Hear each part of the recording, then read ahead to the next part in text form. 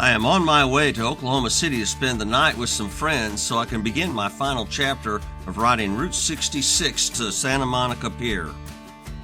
In the town of Yukon, Oklahoma, this mill built in 1916 replaced a smaller mill that was built in 1902. It closed in 1974 and was used as grain storage till 2023. The lighted sign was installed in 1940s and refurbed in 2013.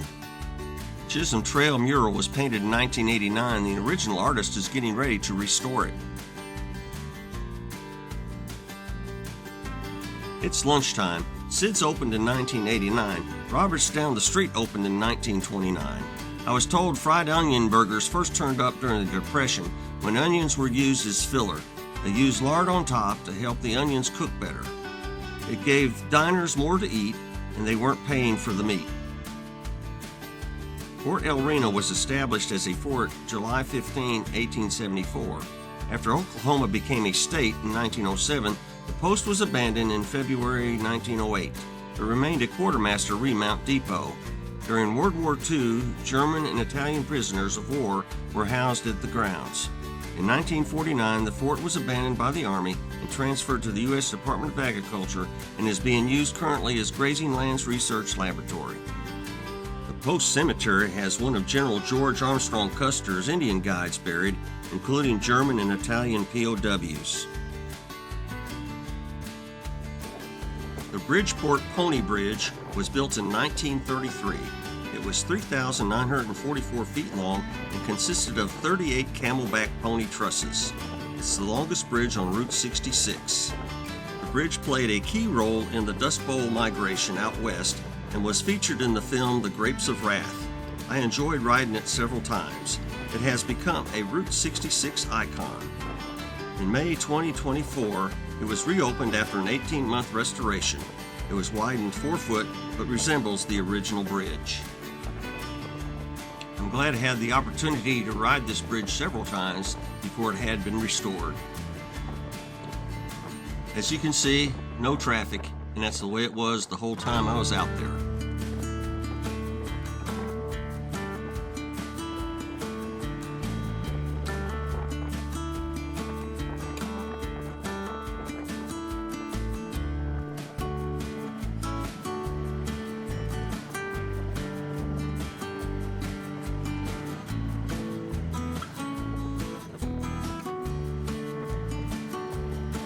Seems to keep going on and on and on.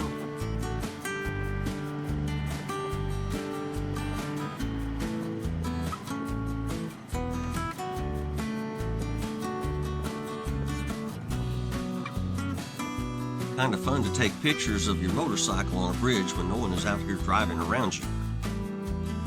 The Parker Drilling Rig number 114 is the tallest oil well drilling tower at 180 feet in the world.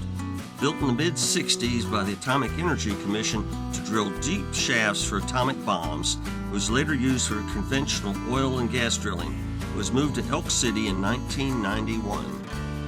Naturally, I reached the National Route 66 Museum at closing, so I just got some pictures on the outside. Texola is the last town in Oklahoma and the first one into Texas on Route 66. Population 43, and this jail was built in 1908. Waterhole number 2 building in Texola has been completely renovated. The original structure is considered the oldest building on Route 66 operating as a restaurant. On this spot in 1952, Route 66 was rededicated as the Will Rogers Highway. Shamrock, Texas, my stop for the night. Power station in the U Drop-In Cafe was built in 1936. Fell into disrepair with the decommissioning of Route 66 and closed for business in the late 1990s. The city hired a firm specializing in historical renovation and restored it to its original glory and adapted it into a museum, visitor center, and gift shop. It reopened in 2003. The Pixar movie Cars in 2006 revived its notoriety as an inspiration of Ramon's Body Shop. Somehow in 1959, the city ended up with a piece of the Blarney Stone from Blarney Castle. I didn't kiss it, but I did touch it. This service station opened in 1929. Its location 11 blocks from Route 66 costed a lot of business. It pumped fuel until 1945. The restoration with the 3 gravity pumps is notable. A lot of businesses along Route 66 has revived the neon in their signs and buildings. This is a great example of it. A new day on the road. I'm on my way to Tucumcari. My first stop was the Wire Rope Museum in McLean, Texas. It also had a Route 66 museum attached to it. The first section of the museum was dedicated to the Dust Bowl. There were a lot of theories, but one main one was farmers plowed a lot of new land on the prairie during World War I. The prairie needed its grass or crops like wheat to hold down the soil and dirt. When a drought started on the prairie in 1930, there was no grass or crops to hold down the dirt. When the drought hit the Great Plains, roughly 1/3 of the farmers left their homes and headed to the mild climate of California. The rest of the museum was dedicated to everything you ever wanted to know about barbed wire and didn't know what to ask about it. Had all the equipment, had all the tools, how it was made, and all the people who used it, plus all the branding irons of just about every farmer throughout the West. They even had branding irons of several of our presidents.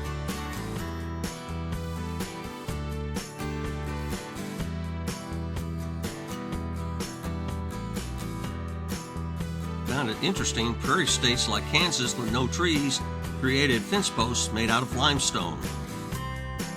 The Route 66 part of the museum had a lot of vermicelli signs. That was pretty cool.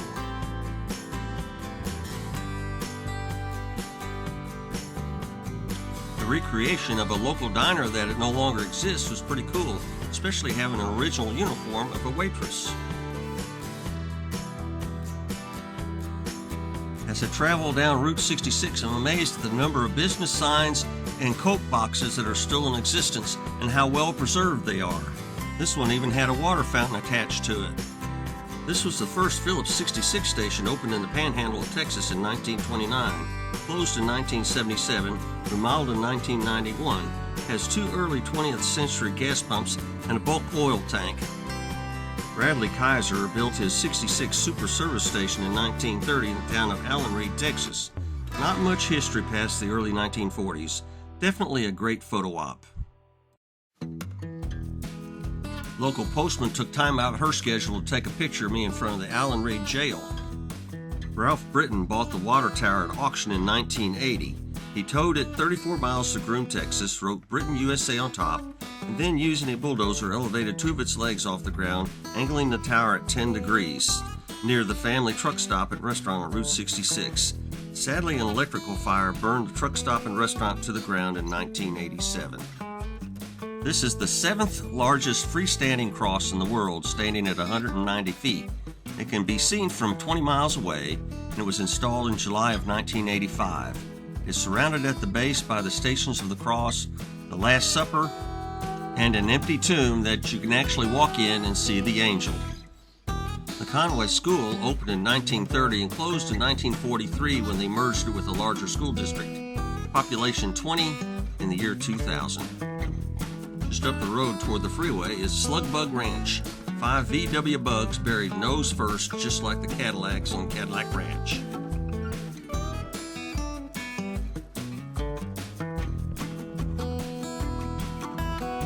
Just a few of the 75 wind turbines that are on the eastern side of Amarillo. On my way through Amarillo, I stopped at the Triangle Motel. Like many motels and gas stations along Route 66 that are closed, there isn't much hope for saving the buildings. After living in Sagar, Texas, and being restored after receiving a few bullet holes, this 22-foot tall Glenn Goody variant muffler man made his first appearance in Amarillo in front of the Country Barn Steakhouse in 2004.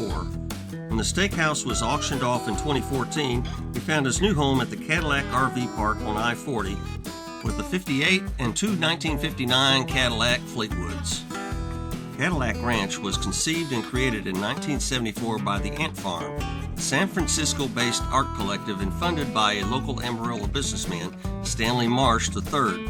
10 Cadillacs ranging from 1949 to 1963 were buried nose down in the ground facing west 60 degrees, same angle as the Cheops Pyramids. At its 10th anniversary in 1984, spray paint arrived on the scene and visitors began leaving their mark. Since then, countless layers of paint have been sprayed on these cars. Adrian, Texas is the midpoint for Route 66 and a great time for lunch at the Midpoint Cafe, and I had to have a Midpoint burger. It was good.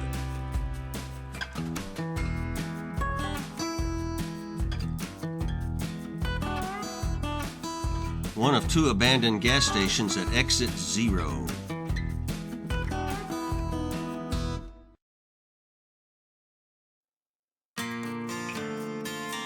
Glen Rio is a ghost town, and it sits on the state lines of Texas and New Mexico. The Texaco opened in 1950. The former owner's 1968 Pontiac Catalina remains. Next door, the Little Juarez Diner opened in 1952. The State Line Cafe and Service Station opened in 1953. They opened a motel behind it in 1955. In 1975, Glen Rio got bypassed by I-40 and all the traffic dried up, and all these businesses closed in 1976. When Route 66 was originally established in 1926, a lot of the roads out west were still gravel. This section from Glen Rio to San John is still gravel. This motel opened up in 1926 and remained open until 1952, when this section of Route 66 was bypassed to the north. I crossed two original wooden stringer bridges built in 1931. The first one was 302 feet long and made of cypress and was being replaced in 2023. With the new bridge barely a week from completion, a humongous storm in May of 2023 dumped an estimated 6 to 8 inches of rain over the area. The subsequent flash flooding washed away the new bridge. Ironically, the 1930s bridge, rated the worst in the state in terms of condition, survived the flooding and still stands. The second bridge is shorter, and it's also slated for replacement, but a start date hasn't been established yet. Back on the asphalt pavement, the San Juan Motel opened in 1946 and remains open even to this day. Across the street are the remains of a Tokheim 39 short model gas pump. The Quay County Co-op opened in 1947 and closed in 2002. Most of the businesses in San Juan are closed along this stretch of Route 66, including this restaurant. The 1950 sign remains intact. The Western Motel opened in 1930s and closed its doors in 2013. Left behind is this 1963 Plymouth.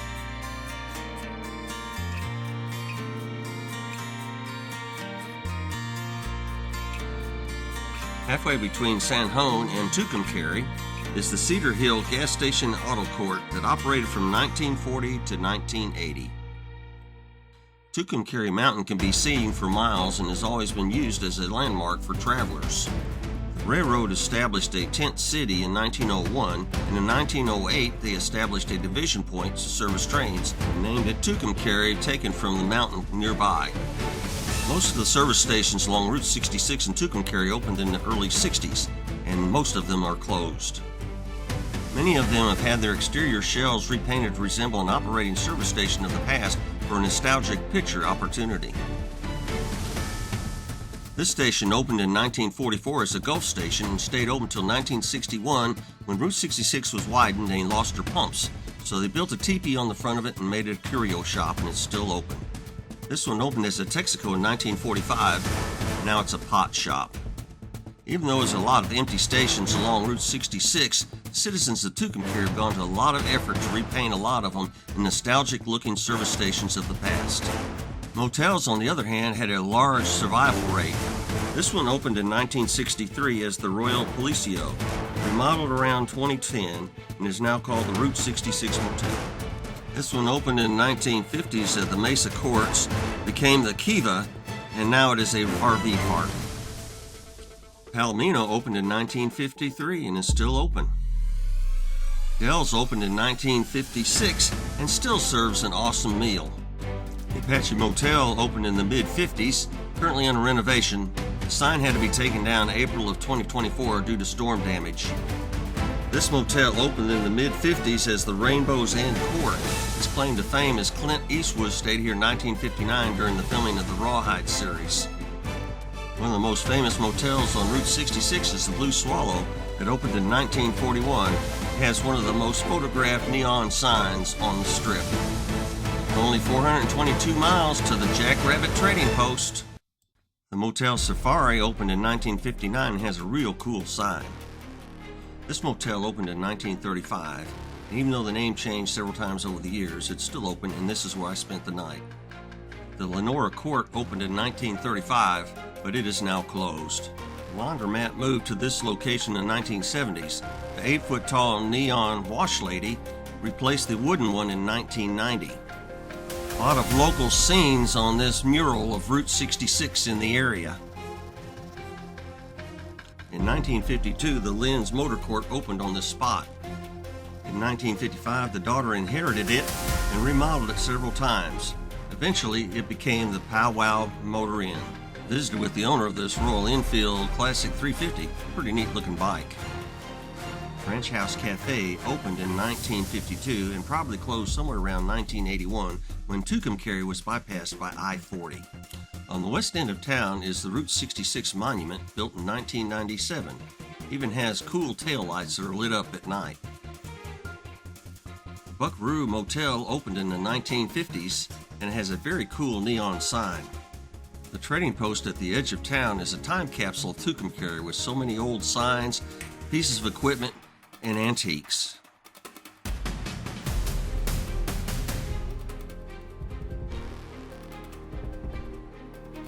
The train station opened in 1926 and had passenger service till 1968.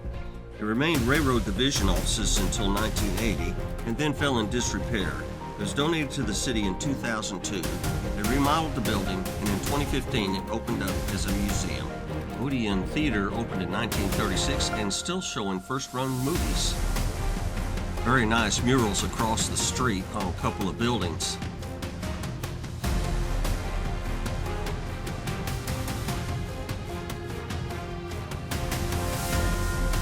The La Cita Mexican restaurant opened in 1940, closed in 2004 for remodel and reopened in 2006. The neon lights of Tucumcari are awesome. It's worth the trip just to come out here and drive up and down the boulevard looking at them.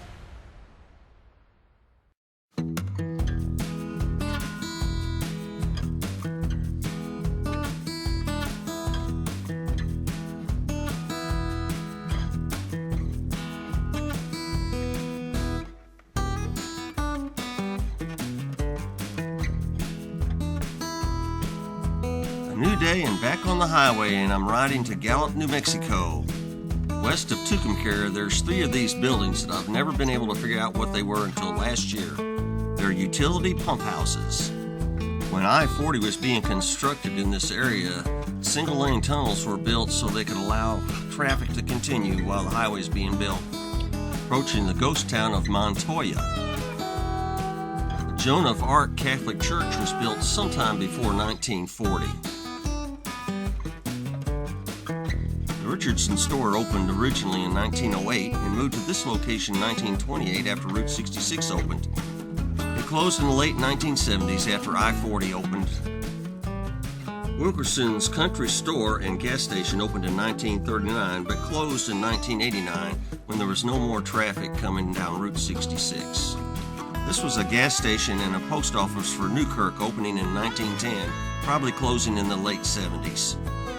Enjoyed riding Route 66, paralleled by I-40 on the south and the railroad tracks on the north. The Sierravo Elementary School opened in 1930, but they vacated it in 1958 due to the lack of students.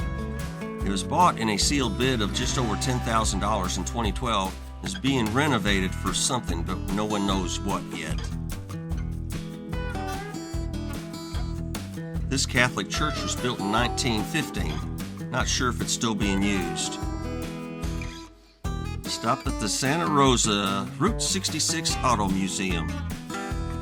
Love the Etzel backhoe they had setting at the street.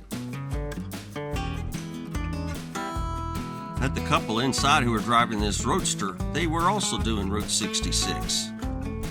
Also met the owner of this slick lowered pickup truck. Steve Silva, owner of a local body shop, and the truck had just made the front cover of Speedway magazine. Needless to say, we had to go out and take a closer look at this truck. He built this truck in 2005 and has put over 50,000 miles on it, traveling to car shows and just enjoy driving it. What awesome timing I had for this visit. Now for the museum itself.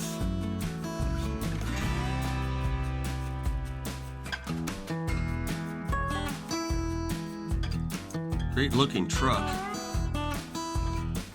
This is a one-of-a-kind motorcycle driven by a Cummins diesel engine.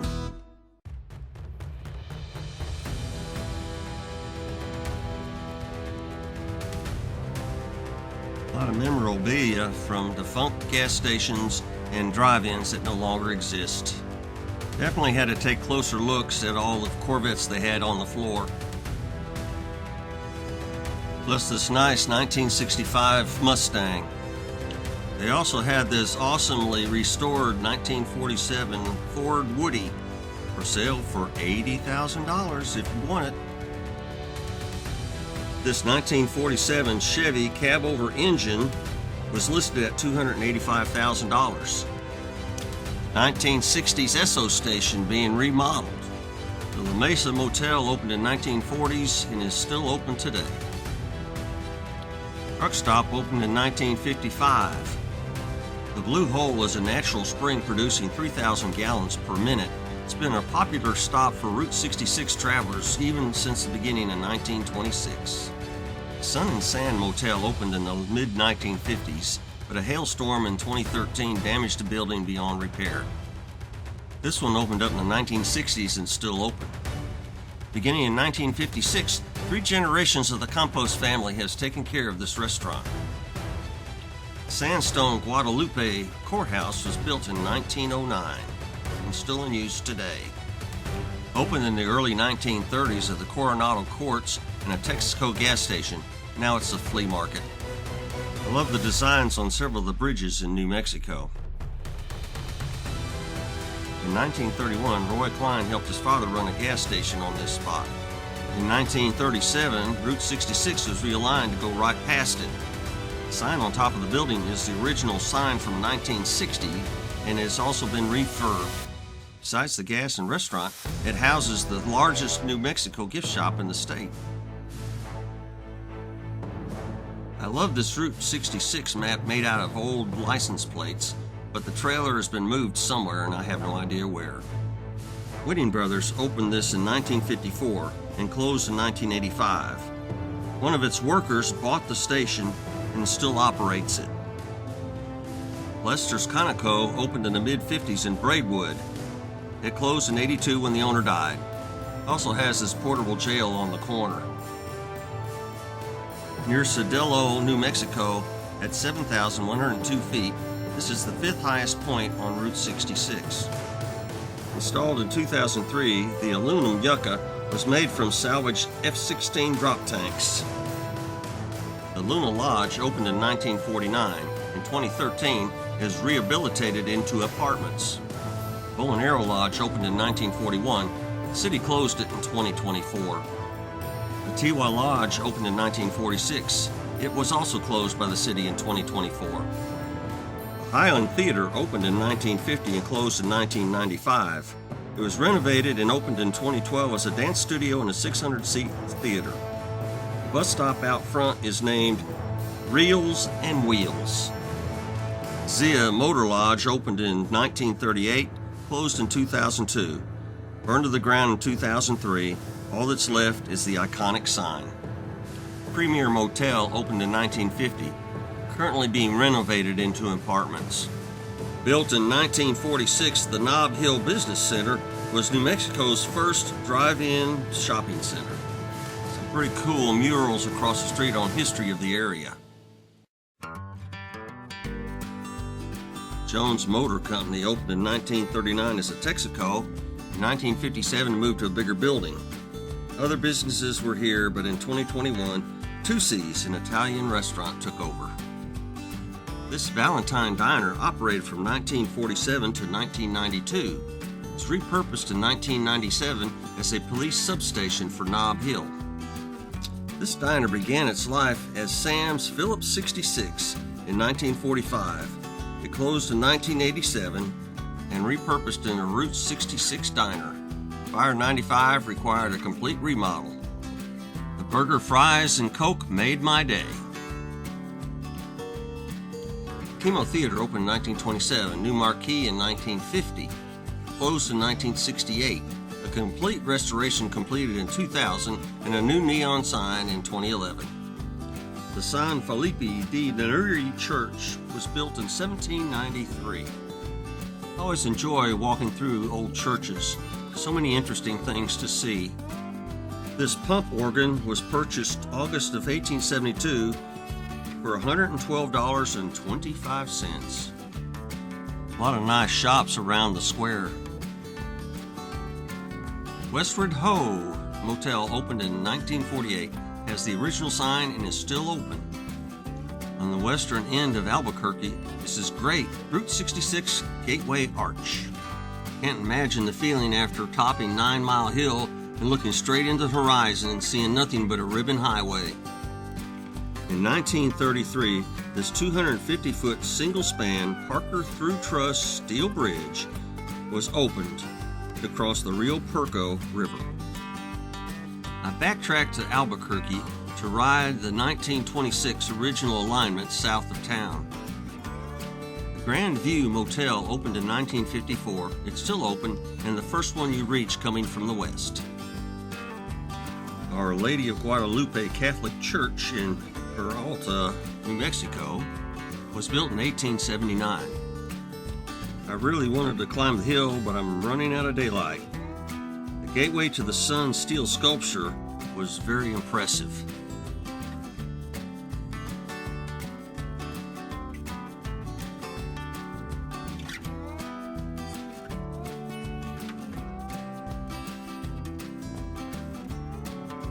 This Phillips 66 gas station opened in 1923. When Route 66 was realigned in 1937, it soon closed.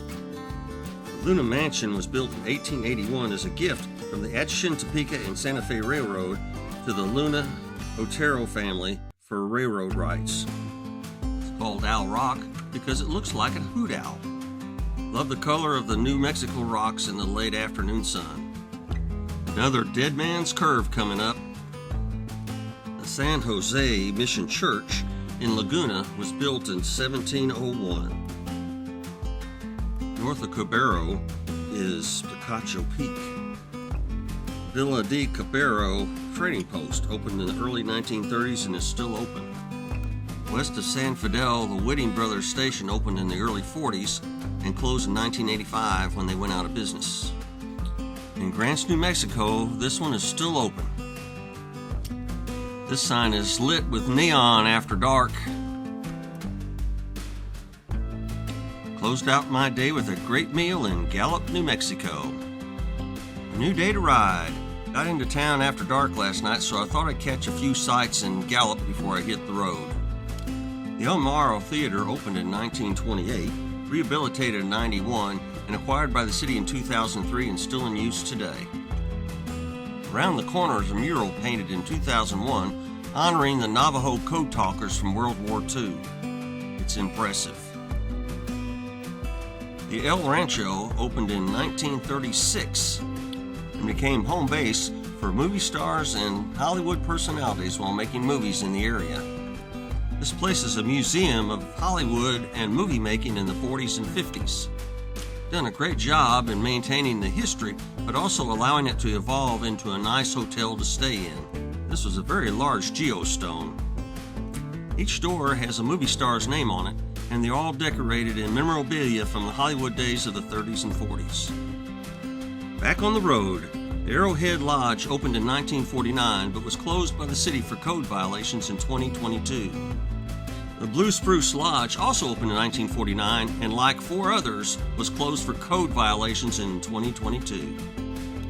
The 10-foot-tall Navajo Code Talkers Monument is located at the entrance to the Gallup Cultural Museum on Route 66.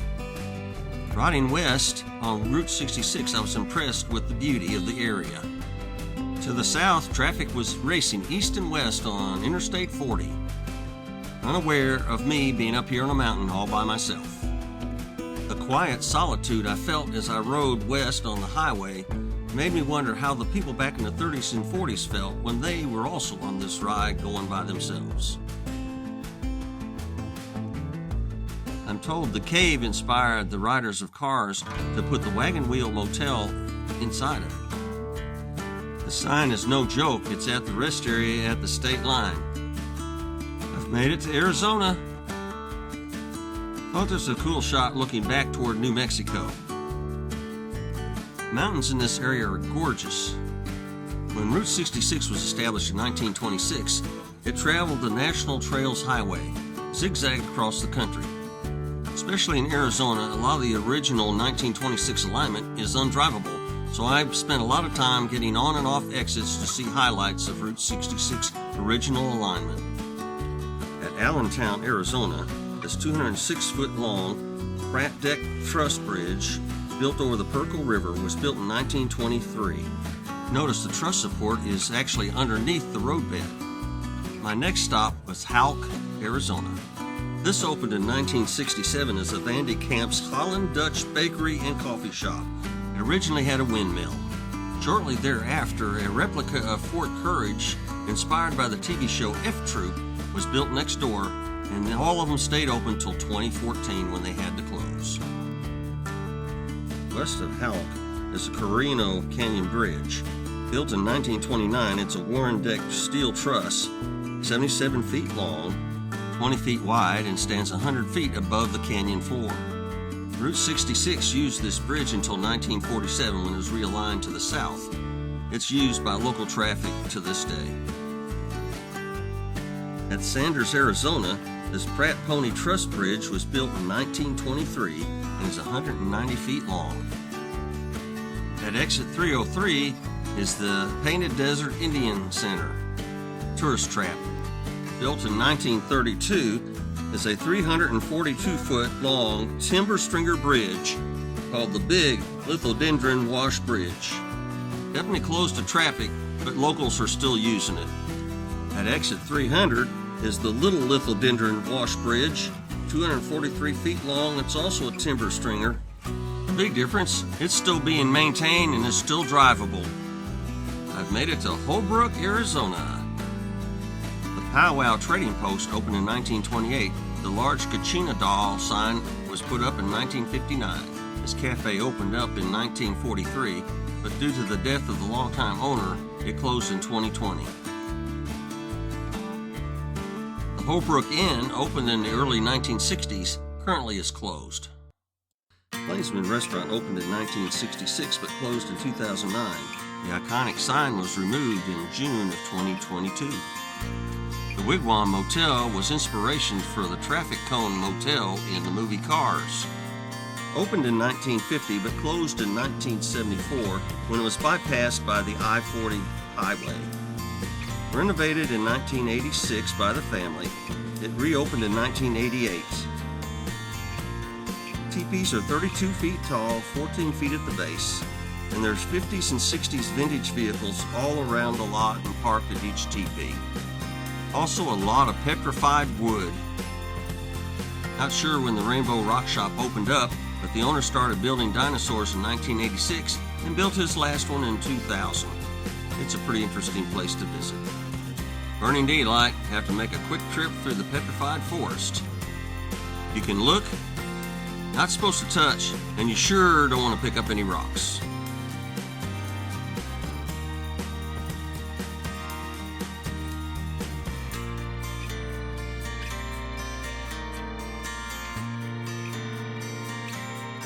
Agate Bridge was pretty interesting. It's 110 feet long, and they installed a support concrete beam underneath it in 1917. The Blue Mesa part of the park was very interesting. The colors were unusual, and a lot of hoodoos and a lot of people hiking the trail. These were called the Teepee Rocks.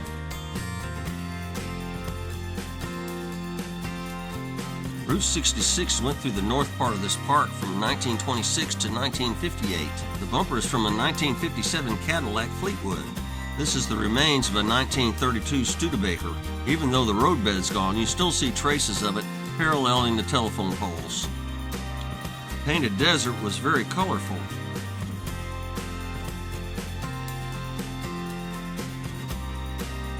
The Geronimo Trading Post has its own exit off of Interstate 40, exit 280. Has a very large gift shop, and you can actually buy petrified wood. It is a very large tree. Nice Indian hogan in the background. Joseph City is the oldest Mormon settlement in the state of Arizona.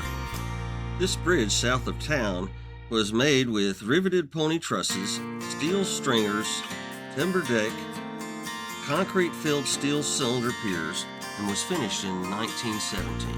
A real tumbleweed. Great bridge. Little Colorado is pretty dry today. No information on when this place was opened as a garage. Recently restored for pictures. This place opened in the 40s, operated under various names as a trading post, but closed in 1969 when the town was bypassed by Interstate 40. Finally made it to the Jackrabbit Trading Post. Here it is. James Taylor opened the trading post in 1949 with all those painted jackrabbits. Competing with all those other trading posts along the highway, he needed a gimmick. He paired with a friend, drove Route 66 all the way to Springfield, Missouri, plastering yellow signs with "Here it is" and a jackrabbit. It worked. I stopped. I would have gotten my picture on the rabbit, but there was nobody there to take it. Made a 70-mile side trip just to take some pictures of the Painted Desert. Riding a motorcycle, you don't mind side trips.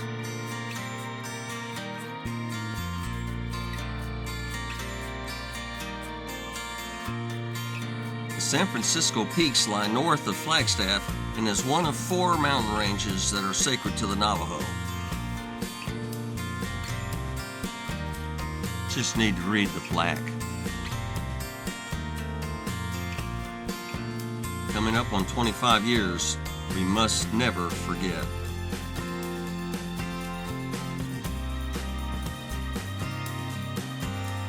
This place opened in the 1940s, has been remodeled several times, and is still open. The Hubble Trading Post opened in the 1940s, closed in 1954. It's now the Chamber of Commerce. Just because of a song, everyone comes to this street corner looking for a red flatbed Ford. I did. I didn't sing, though.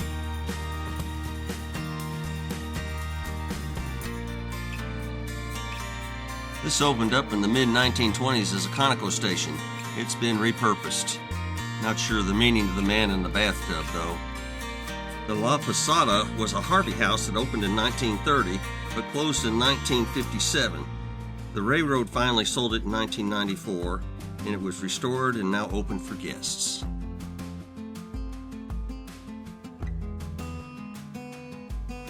Took another detour to the Meteor Crater. This place was used from 1963 to 1970 to train Apollo astronauts on how to use their equipment and how to collect rocks on the moon. Did you see the 6-foot astronaut in the middle of the crater?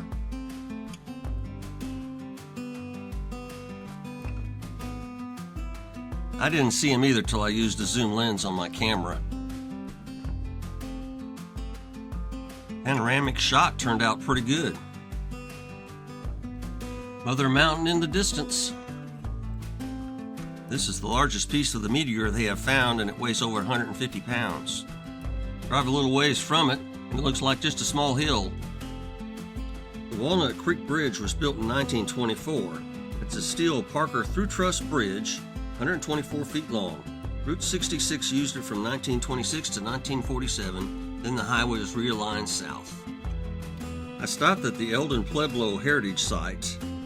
There's approximately 70 rooms. It was discovered in 1916. The guess is it was inhabited between 1070 and 1275 AD. The El Pueblo Motor Inn opened in 1936, currently under renovation. Next door is the Phillips 66 gas station, opened up in the early 60s. Now it's a boat motor repair shop. The 66 Motel opened sometime in the 1940s. In 2015, a New Living nonprofit acquired it and converted it into affordable rental housing. The Western Hills Motel opened in 1951. The original neon sign is the oldest one in Flagstaff, and the motel is still operating just like it did in 1950s. Flagstaff Visitor Center is located in the old Santa Fe train station, which was built in 1925. It's still used by Amtrak to this day. Across the street, this building was built in 1887. It housed a bank and a hotel. In 1898, it was a stagecoach stop for the Grand Canyon. And imagine riding a stagecoach for 80 miles one way. This building also was built in 1897 and converted to a motel in 1900. It's had a storied life, but after a lot of reconstruction in the late 70s, is back to being a hotel. Just up the street is the Monte Vista Motel, built in 1926. Definitely a great neon sign. This steam engine was built in 1910, worked in the logging industry until 1966. The city bought it in 1995 and put it on display in 99. The Hotel de Beau opened in 1929 and is still open to this day. And another great neon sign. The Motel Sierra Vista was built in 1937 as apartments, converted to a motel in 1948, and closed sometime after 2017. Across the street was this block-long mural. It was pretty neat.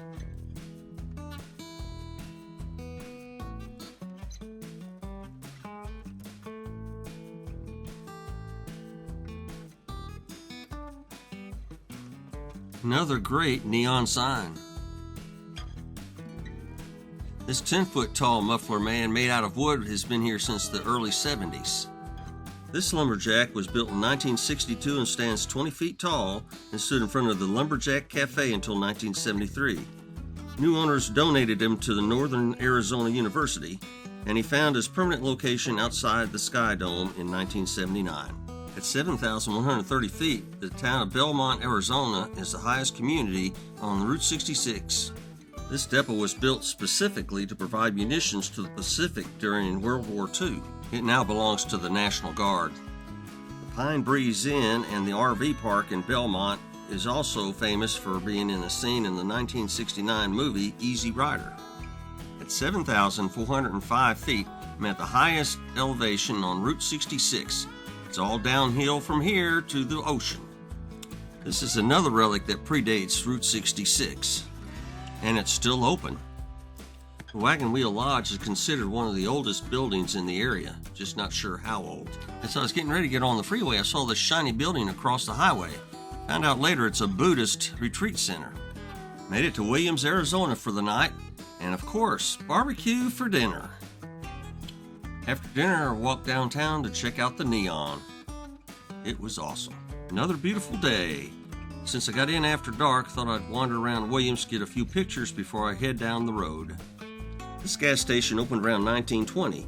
Now it's Cruisers Cafe 66. Williams, Arizona was the last town bypassed by freeways, effectively ending Route 66 as a major highway. Grand Canyon Hotel is one of the oldest on Route 66. It survived a couple of fires. It opened in 1891 and still open. In 1930, there was 4 gas stations on this intersection. This is the only building that has survived, and now it's a museum. The El Rancho on the east end of town opened in 1953, and it's still open. This is a drive-through animal park. I love the arch. Looping back through town.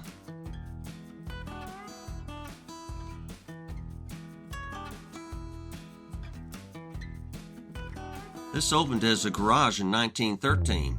The owner of the biker shop retired in 2024. This gas station opened in 1958 and was still selling gas up to at least 2016. It has meticulously been restored to its original Route 66 glory. Now it's a museum and gift shop.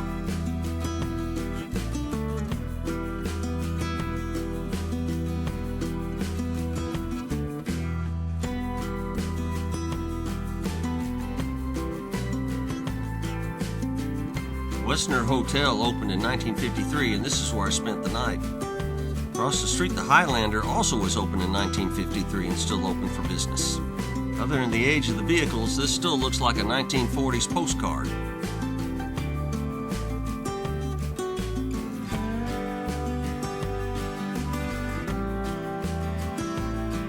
The Fray Marcos Hotel opened in 1908 as one of the original Harvey houses. Even though the hotel is closed, you can still walk through the lobby, and the ticket office for the Grand Canyon Railroad is still open. Evidently, there's no towns between Williams and Los Angeles. Copper State Motel in Ash Fork opened in 1934 and is still open for business. Love the River Rock design. The Highline opened in 1936 but has been closed a long time. This building was built in 1908 and operated as a bar and brothel. This was a Texaco gas station in the 1950s. On the roof is a 1960 Chrysler DeSoto with Elvis driving the car. This memorial is dedicated to the railroad and also the Escalante Harvey House that was built in 1907, closed in 1951, and tore down in 1968. The Ash Fork Route 66 Museum and Tourist Center is housed in the Maintenance Camp No. 1 building that was built in 1922 to maintain the roads. The Model T is owned by a local and is used in parades. Don't want to be holding aces and eights at this table. Some interesting farm equipment in this place too. The Ash Fork Post Office canceling machine. An old linotype machine. Goes with this old printing press. Manual calculator and cash register. Got a great model of the Escalante Harvey House. Definitely looked like a high-class place to stay. On my way to Seligman.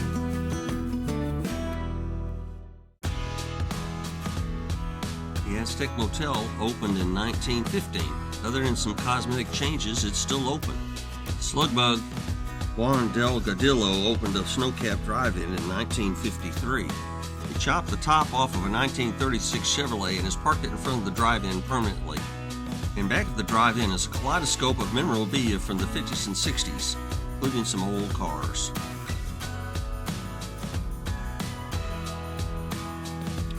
Next door is Juan's brother Angel's Barbershop. He's also the founding father of the historical Route 66 Association of Arizona in 1987. This organization started the movement to preserve Route 66 and everything it stood for. It must have worked. In 1978, when the town was bypassed, traffic went to zero. While I was there was 3 tour buses and a lot of traffic up and down the road. The Copper Cart opened as a restaurant in 1952. In 2015, it became a gift shop. This building was built in 1905 and was a theater and dance hall. In 1926, it became a soda fountain trading post. I'm told it is permanently closed. The Supai Motel opened in 1952, has a great neon sign, and is still open today. Cottage Hotel opened in 1912, making this the oldest hotel building in town. Of course, I had to make a stop at the Grand Canyon Caverns. Dinosaur Saddle. This is a dry cavern and even has a room that you could spend the night in. This cavern was set aside as a bomb shelter in 1961. The water and food supplies are still here. I bet they taste good.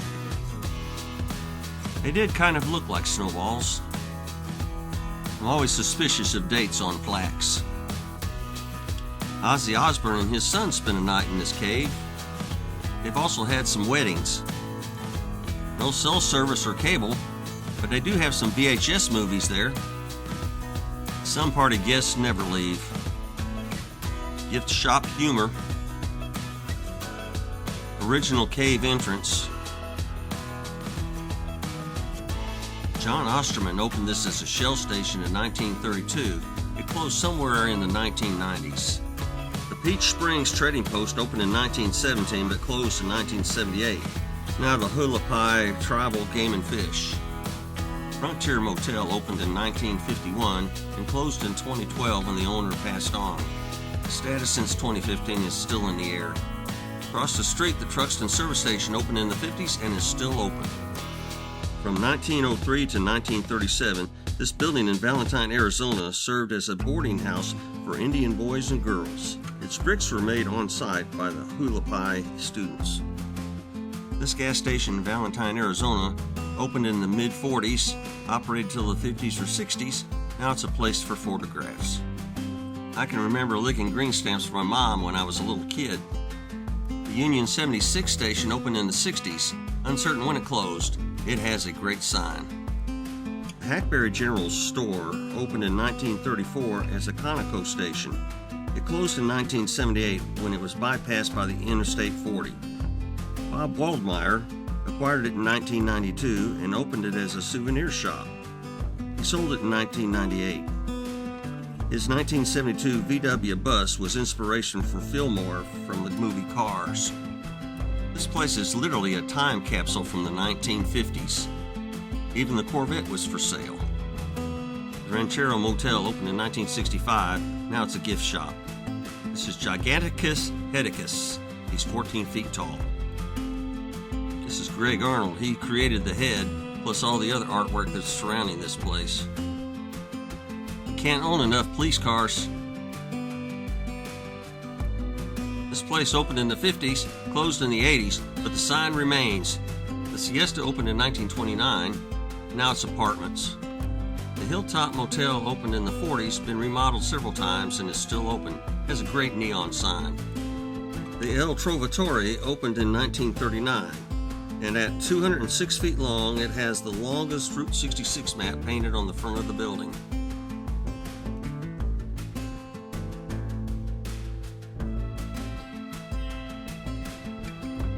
Original 1926 pavement of Route 66. Welcome to Kingman. This was a travel lodge when it opened in 1958. It's the Rambling Rose and it's still open. The Arcadia opened in 1938. The city just shut it down for code violations March of 2025. Great name for a company, great sign.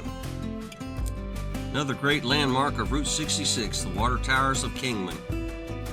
The Hotel Beale opened in 1899. It closed in 2012. It does have a great neon sign. The Old Trails Garage opened in 1915. It's been used for something, just not sure what. Recreated a 1940s postcard. Other than the age of the vehicles and the card was in black and white, it looks the same. Mr. D's was a Shell station back in the 30s. Now it's a diner, and I would eat dinner here later this evening. This steam engine was built in 1928. It's a heavy mountain type with 73-inch drive wheels. It retired in 1953 and then was donated to the city of Kingman in 1957. This gateway arch was installed in 2018, 64 feet wide and 25 feet high. Timing is everything. The couple that took my picture in the daytime were the same couple that took the nighttime shot later tonight. The powerhouse opened in 1906 to provide power for the mines. Shut down in 1938 when the Hoover Dam went online. It opened in 1997 as a visitor center. Road out to Chloride. Founded in 1860, it's the oldest continuously inhabited mining town in Arizona. The post office opened in 1873. It's the oldest still working post office in Arizona. People in line waiting for the steakhouse to open. Love the old steam tractor sitting outside. Roy Purcell painted these murals on these rocks back in 1966. It's a mile and a half east of town on a very rough road. Just had to do a pose in this coffin. Train service started in 1899 and stopped in 1935. Even though it's part of Chloride, this ghost town of Cyanide Springs is mainly for photo ops, a gunfight on the weekends, and a lone live cow wandering the streets. This church in 1891 began as a Methodist Episcopal, Presbyterian church later, and in 1947 it became Southern Baptist and is considered Arizona's oldest continuously operating church. This is the Chloride Jail, built in 1917. They added power to it in 1937 for lights. This was a mobile gas station back in the 60s. Now it's just a relic. Back on Route 66, riding out to the town of Oatman. Dan's Auto Salvage opened in 1988 and is still open. This rest stop is definitely in the middle of nowhere. Quiet, interesting space, open on weekends. Also in the middle of nowhere. Little Springs was built in the mid-1920s at the base of the Black Mountains. Flourished until 1953 when it was bypassed. Burned to the ground in 1966. In Ned Lurchner came through here in 97 and wanted to buy it. Owner finally sold it in 2001. He rebuilt the store and reopened it in 2004. It's a great stop and a lovely view. Behind Cool Springs is Thimble Butte. Great view from Sitgreaves Pass. In Model T days, it would have been very scary. Some people paid people to drive their vehicle from Cool Springs. It was more fun on a motorcycle. The Borough Welcoming Committee at the pass. Still an awesome view from up here. It was a beautiful ride down over the pass into Oatman. Overlooking the town of Oatman is Elephant's Tooth Mountain, a volcanic plug. Gold was discovered in 1901 and mines sprung up all over there. Gold dwindled in 1952 and the town was bypassed in 1953, but it's a town that refused to die. Now a tourist destination, descendant burros from the mining days wander the streets.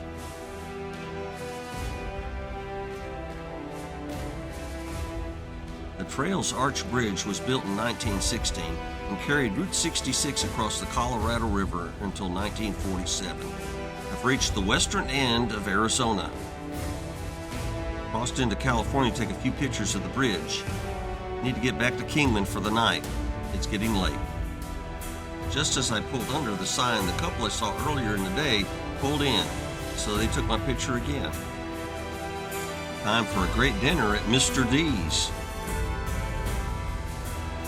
After dinner, I rode up and down the street checking out all the neon signs.